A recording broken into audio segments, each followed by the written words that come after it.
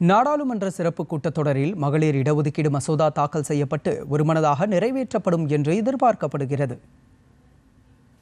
சட்டப்பேரவை மற்றும் நாடாளுமன்ற மக்களவையில் மகளிருக்கு 33% இடஒதுக்கீடு வழங்க வகை செய்யும் சட்டத்தை கொண்டுவர ஆதரவு அளிக்குமாறு அனைத்து கட்சிகளுக்கும் பிரதமர் நரேந்திர மோடி மீண்டும் வேண்டுகோள் விடுத்துள்ளார். இந்நிலையில் புதுதில்லியில் நாளை கூடவிருக்கும் நாடாளுமன்ற சிறப்பு கூட்டத்தில் மகளிர் இடஒதுக்கீடு மசோதா தாக்கல் செய்யப்படும் என்று நாடாளுமன்ற விவகாரத்துறை அமைச்சர் கிரண் ரிஜிஜு தெரிவித்தார்.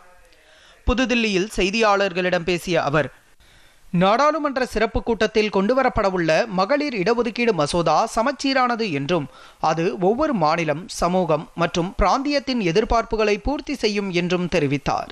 தாம் ஒவ்வொரு அரசியல் கட்சியையும் சந்தித்து ஆலோசனை நடத்தியதாகவும் இதுவரை மகளிர் இடஒதுக்கீடு மசோதாவை எந்த கட்சியும் எதிர்க்கவில்லை என்றும் அவர் கூறினார். தேசிய நலன் கருதி இந்த மசோதா விஷயத்தில் அனைத்து அரசியல் கட்சிகளும் ஒன்றிணைந்ததற்காக பிரதமர் நரேந்திர மோடி நன்றி தெரிவித்துக் கொண்டுள்ளதாகவும் அவர் குறிப்பிட்டார். மகளிர் இடஒதுக்கீடு என்பது ஒரு அரசியல் விவகாரமாக இருக்கக்கூடாது என்றும் இந்த இடஒதுக்கீடு மசோதா தாமதமில்லாமல் உடனடியாக நிறைவேற்றப்பட வேண்டியது அவசியம் என்றும் அமைச்சர் கிரண் ரிஜிஜு தெரிவித்தார்.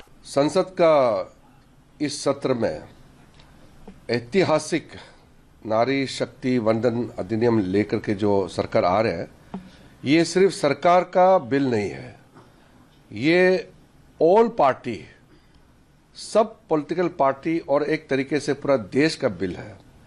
देश के महिलाओं को लोकसभा और विधानसभा में जो जगह मिलने जा रहे हैं, ये किसी एक दल का मुद्दा हो ही नहीं सकता है. प्रधानमंत्री जी ने धन्यवाद भी दिया है कि हर पॉलिटिकल पार्टी ने पिछली बार जब पहला इसको पारित किया था तब सब पार्टी ने मिलकर के नारी शक्ति अधिनियम को बनाया, सब मिलकर के बनाया.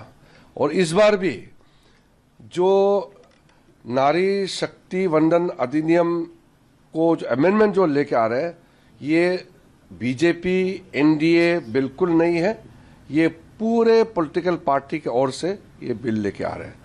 இதனிடையே மக்களவை தொகுதிகளின் எண்ணிக்கையை 543 850 உயர்த்தும் அரசமைப்பு சட்டத்திருத்த மசோதா நாடாளுமன்றத்தில் நாளை தாக்கல் செய்யப்படும் என எதிர்பார்க்கப்படுகிறது. இந்த வரைவு மசோதா மக்களவையில் நேற்று உறுப்பினர்களின் பார்வைக்கு வெளியிடப்பட்டது குறிப்பிடத்தக்கது.